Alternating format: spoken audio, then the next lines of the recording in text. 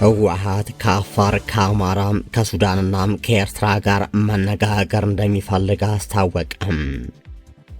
በአምቦ ከተማ እንደተደራጀ ስለሚነገረው 120 ስለሚባለው የማፊያ ቡድን አዳዲስ መረጃዎች እየወጡ ነው። ይህንንም በዝርዝር እንመለከታለን።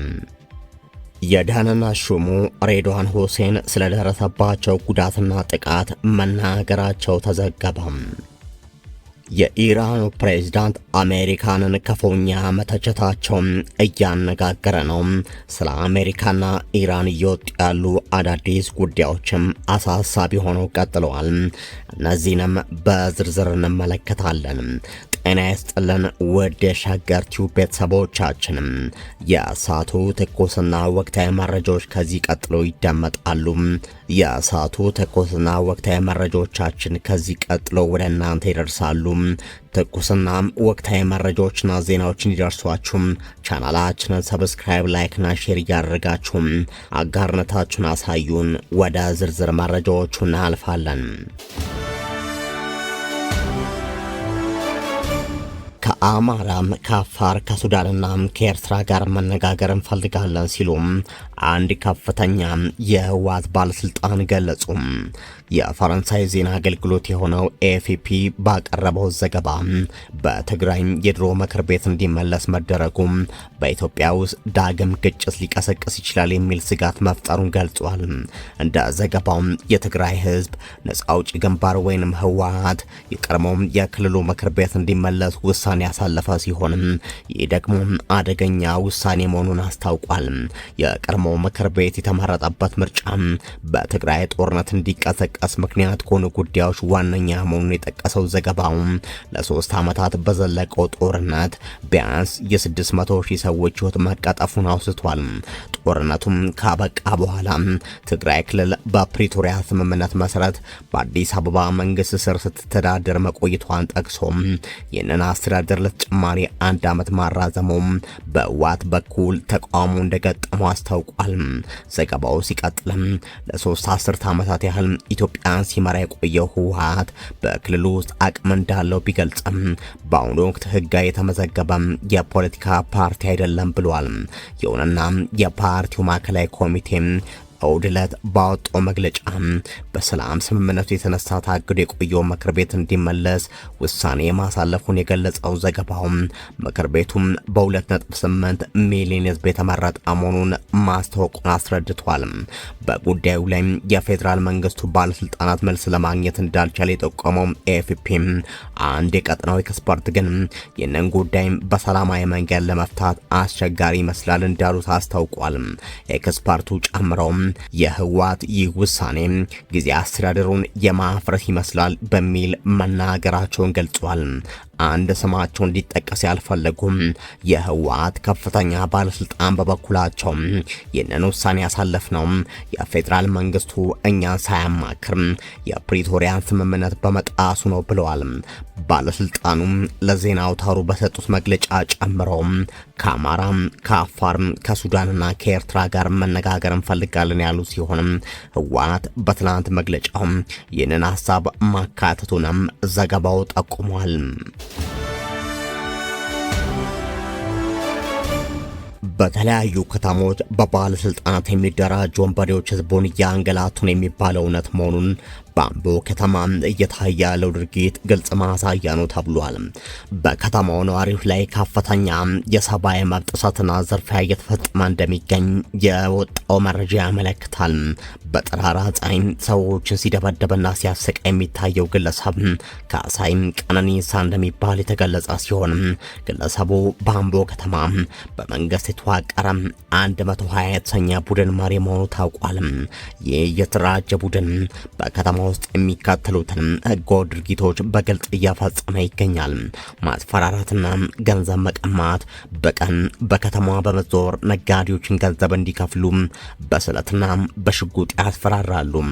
የማታ ዝርፊያም በምሽት የሰዎችን ቤት በመስበርና በመግባት ዝርፊያ ይፈጽማሉ።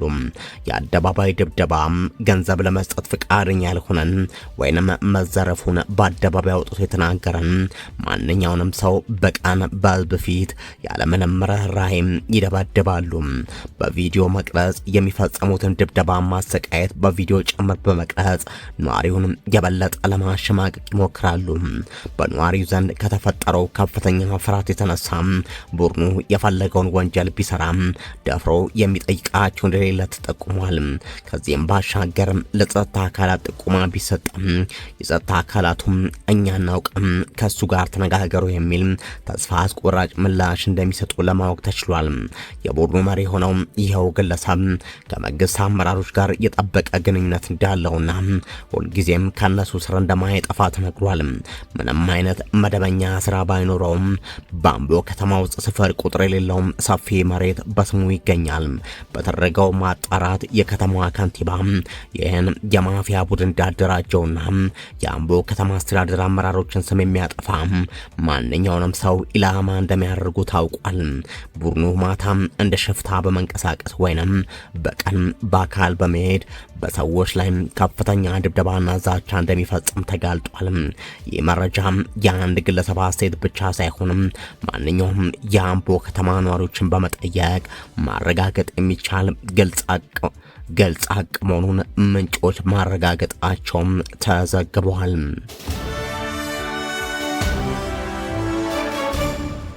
በትግራይ ጦርነት ሊቀሰቀስ ይችላል የሚል ስጋት ያደረባቸው በርካታ ወጣቶች ወደ አዲስ አበባና ጎረቤት ሀገራት መሸሻቸውንና ይህን ሽሽት ለመቀልበስ በትግራይ የጉዞ እገዳ እየተደረገባቸው መሆኑ ተነገረ።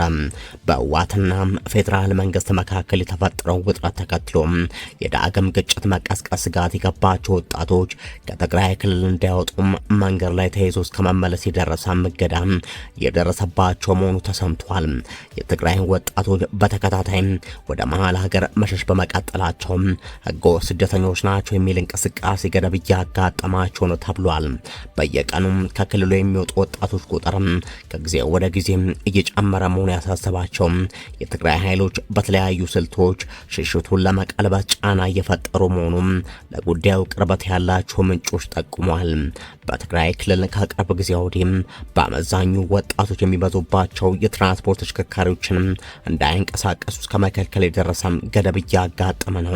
በተለይም የጉዞ መስመራቸውን ወደ አማራና አፋር ክልሎች በኩል የሆኑ ተሽከርካሪዎች ወጣቶችን በብዛት ጭነው የትግራይ ኃይሎች ኬላዎችን አልፈው መሄድ እንደማይፈቀድላቸው በድብቅ ተጉዘው አዲስ አበባ ከደረሱና ከዚህ ቀደም መንገድ ተይዘው ከተመለሱ ወጣቶች ተሰምቷል።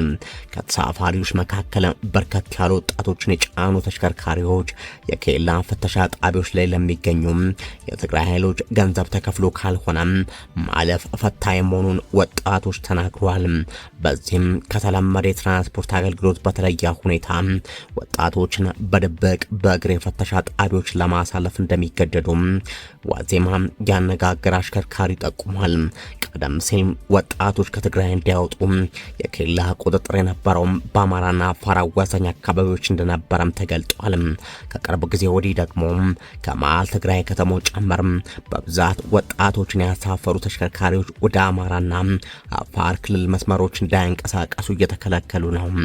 በጭነት ተሽከርካሪው ጨምር በሌሊት ከትግራይ ለመውጣት የሞከሩ ወጣቶች በፖሊስ ተይዘው በማቆያ ካምፕ እንደሚገኙ ሰምቷል። ከ10 ቀናት በፊት የትግራይ ክልል ፖሊስ ኮሚሽን በአንድ ሳምንት ገደማ ብቻ በድብቅ ከትግራይ ለመውጣት የሞከሩ ከ150 በላይ ወጣቶች በፖሊስ ተይዘው መመለሳቸውን ተረድቷል። ከሳምንት በቀናት ልዩነት በተከታታይ ህገወጥ ስደተኞችና ኮብላዮች ብሎ ያጋለጣቸውን 171 ወጣቶችን መያዙን የትግራይ ፖሊስ ኮሚሽን በፌስቡክ ገጹ አሰራጭቷል። ወጣቶች ወደ መሀል ሀገር እንዲሸሹ ያስገድዳቸው የዳግም ግጭት ውጥረት ያስከተለው የግዳጅ ውትድርና አገልግሎት መሆኑን ይናገራሉ።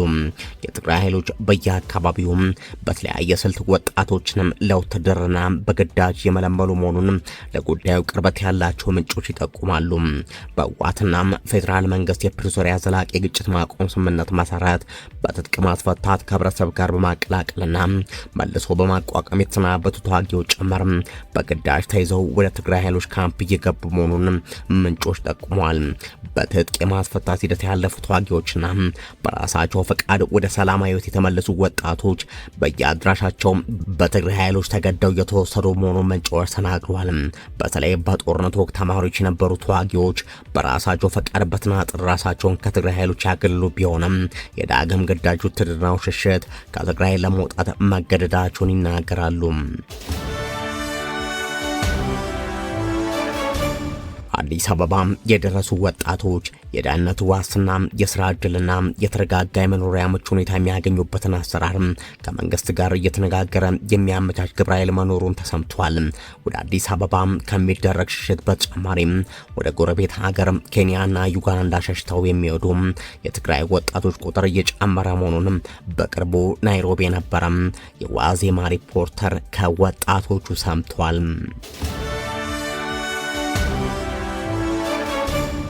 የደህንነት መስሪያ ቤት ዋና ዳይሬክተሩ አቶ ሬድዋን ሁሴን ሰሞኑን ስለ ጤንነታቸውና ስለገጠማቸው ያልጠበቀ አደጋ በማህበራዊ ሚዲያ ሲዘዋወሩ ለነበሩ መረጃዎችና የሐሰት ወሬዎች በይፋ ምላሽ ሰጡ።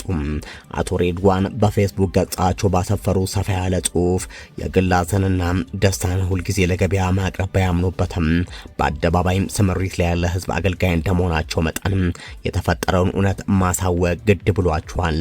ይህንን ማብራሪያ የሰጡትም እንደ ሰው ምን ተፈጠረ ብለው የተጨነቁ ወዳጆቻቸውንና ኢትዮጵያውያንን ለማረጋጋት እንዲሁም ሆን ተብሎ የሚነዙ የሐሰት ወሬዎችን ለማምከን መሆኑን ገልጸዋል። አደጋው የገጠማቸው ከሁለት ሳምንት በፊት መሆኑን ያስታወሱት አቶ ሬድዋን በአገራዊ ጉዳይ ላይ ሲመክሩ ውለው ለምሳ ረፍት በወጡበት ወቅት ነፋስ ለመከላከል ተጋሩ የነበረ የእንጨት ግድግዳ ሚዛኑን ስቶ ጭንቅላታቸው ላይ መውደቁን አስረድተዋል። ግጭቱ አናታቸው አካባቢ ስንጥቅ ፈጥሮ ስለነበር ሐኪሞች ስፌት ለማድረግ ሲሉ የፀጉራቸውን ከፊል ክፍል ላጭተው ነበር።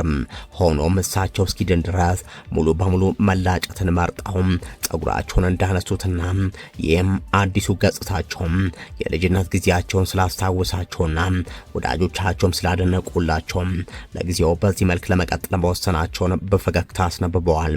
የደህንነት ሹሙ ስለ ሕክምናቸው ሁኔታ በግልጽ ሲያብራሩ ሕክምናቸውን የተከታተሉት ሀገር ውስጥ በሚገኝ ሆስፒታል መሆኑን አረጋግጠዋል። አቶ ሬድዋን ከዚህ አደጋ ጋር ተያይዞ ለሕክምናም ሆነ ለስራ ወደ ውጭ ሀገር እንዳልወጡ በማሳወቅ ሲዘዋወሩ የነበሩትን ወሬዎች ውድቅ አድርጓል። እስከ ዛሬም ድረስ ጉዳዩን አደባባይ ያላወጡት ትልቅ አጀንዳ ስላልመሰላቸው መሆኑን ገልጸው ለጤንነታቸው ልጨነቁና ላሰቡ በሙሉ ልባዊ ምስጋና አቀርባለሁ ብለዋል። የኢራኑ ፕሬዝዳንት ከአሜሪካ የሚመጡ እርስ በርስ የሚጋጩ መልእክቶችን አጥብቀው ተቹም። የኢራኑ ፕሬዝዳንት ማሱድ ፔዜሽኪያን በፓኪስታን ይካሄዳል ተብሎ ከሚጠበቀው ድርድር አስቀድሞም ከአሜሪካ ባለስልጣናት እየወጡ ያሉትን እርስ በርስ የሚጋጩ መልእክቶችና ምልክቶች አጥብቀው ተቹም። ፕሬዝዳንቱ በማህበራዊ ትስስር ገጻቸው ባሰፈሩ ጠንካራ መልእክት ቃል ኪዳንን ማክበር ትርጉም ላለውና ውጤታማ ለሆነ ውይይት ዋነኛ መሰረት ነው በማለት አስገንዝበዋል። አያይዞም ኢራናውያን በአሜሪካ መንግስት አካሄድና ባህሪ ላይ ያላቸው ጥልቅ ታሪክ ያለመተማመን ችግር አሁንም እንደቀጠለ መሆኑን ገልጿል። ፕሬዝዳንት ፔዜሽኪያን በመልእክታቸው አክለው በአሁኑ ወቅት ከአሜሪካ ባለስልጣናት እየወጡ ያሉ ገንቢ ያልሆኑና እርስ በርሳቸው የሚቃረኑ ምልክቶች አንድ መራራ መልእክትን ያዘሉ ናቸው። ይኸውም በቀጥታ የኢራንን እጅ መስጠት የሚፈልጉ ናቸው ሲሉ ወቅሰዋል። ሆኖም ኢራናውያን ለማንኛውም አይነት የኃይል ማስገደድ በፍጹም እጅ አይሰጡም በማለት የሀገራቸውን ጽኑ አቋም አንጸባርቋል። በሌላ በኩል የአወዛጋቢ ውጥረትና የቃላት ጦርነት እየተካሄደ ባለበት ወቅት በፓኪስታን አስተናጋጅነት ይካሄዳል በተባለው በዚህ ድርድር ላይ ኢራን እንደምትሳተፍ እስካሁንም በይፋ ያረጋገጠችው ነገር የለም። ይህ በእንዲህ እንዳለ በጦር መሳሪያ ደላላነት የተጠረጠረችው ኢራናዊት በሎስ አንጀለስ አየር ማረፊያ በቁጥጥር ስር መዋላ ሰምቷል። በጦር መሳሪያም ደላላነት የተጠረጠረችው ኢራናዊት በሎስ አንጀለስ አየር ማረፊያ በቁጥጥር ስር ውላለች። የአሜሪካም ፌዴራል ጠቅላይ አቃቤ ሕግ በጦር መሳሪያም ደለላ ስራ ላይ የተገኘችውን ኢራናዊት በቁጥጥር ስር መዋሉን ገልጿል። ይህች የ44 ዓመቷ ኢራናዊት ሻሚም ማፍ የምትባል ሲሆንም በኦርላንድ ሂልስ ነዋሪ ነበረች። እንደ አውሮፓውያን አቆጣጠር ከ2016 አንስቶም ህጋዊ የመኖሪያ ፈቃድ ያላት መሆኑን የጠቀሰው አቃቤ ሕግ የኢራን መንግስት የጦር መሳሪያ ደላላ በመሆንም በጎጥ ስራ ላይ ተሰማርታ መቆየቷን አስረድቷል። እነዚህን በኢራን የተመረቱ የጦር መሳሪያዎች በእርስ በርስ ጦርነት ላይ ለሚገኘው የሱዳን መንግስት እንዲሸጡ የደለላ ስራ ማከናወኗም ገልጿል። የምርመራው ውጤት እንደሚያሳየው ማፊ ከደለለቻቸው ጦር መሳሪያዎች መካከል $70 ሚሊዮን የሚያወጡ በርካታ መዋጅር 6 የተሰኙ ድሮኖች፣ 55000 የቦምብ ፊውዞችና ሌሎች ተቀጣጣይ ፋንጂዎች፣ በሚሊዮን የሚቆጠሩ የተለያዩ አይነት ጥይቶች ይገኙበታል ብላለች። ከነዚህ መካከል 10 ሚሊዮን የኤኬ 47 ጠመንጃ ጥይቶች እንደሚገኙ አቃቢ አስረድቷል። አቃቢ እንዳለው ማፊ በኦማን ውስጥ አትላስ ኢንተርናሽናል ቢዝነስ የተሰኘ ድርጅት ያለ ሲሆን የአሜሪካን ማዕቀብ ለማለፍ ክፍያዎችን የምታቀባብለው በቱርክና በዩናይትድ አረብ ኤሚሬት በኩል ነበር። ቅዳሜ ዕለት ከቱርክ ተሳፍራ ሎስ አንጀለስ ዓለም አቀፍ አየር ማረፊያ በደረሰችበት ወቅት በቁጥጥር ስር ያለችው ይህች ትውልደ ኢራናዊ ጥፋተኛ ከተባለች የ20 ዓመት እስራት እንደሚፈረድባት ፎክስ ኒውስ ዘግቧል። ከሸገር ቲዩብ ለሰዓቱ ያዘጋጀናቸው መረጃዎቻችን እነዚህ ነበሩ። ሀሳብ አስተያየቶቻችሁን በኮሜንት አድርሱን። ሸገር ቲዩብን ሰብስክራይብ፣ ላይክ እና ሼር እያደረጋችሁ አጋርነታችሁን አሳዩን። በያላችሁበት መልካም ጊዜም